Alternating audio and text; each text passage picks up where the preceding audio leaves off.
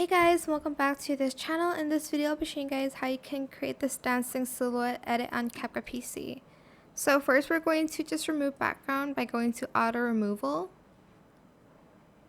Go to adjustments, turn down saturation, turn down exposure, contrast, turn it up, highlight shadow, whites, blacks until you can't see anything anymore.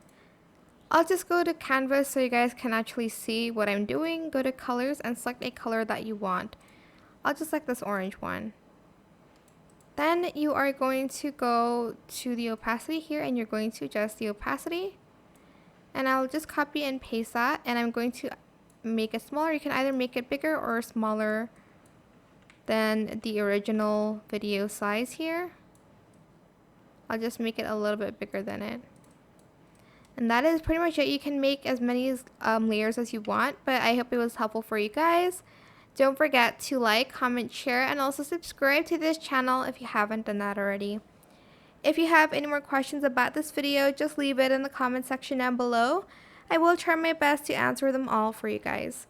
And if you found this video helpful, please click the thanks button as well. That is it for this video. Thank you so much for watching. Bye!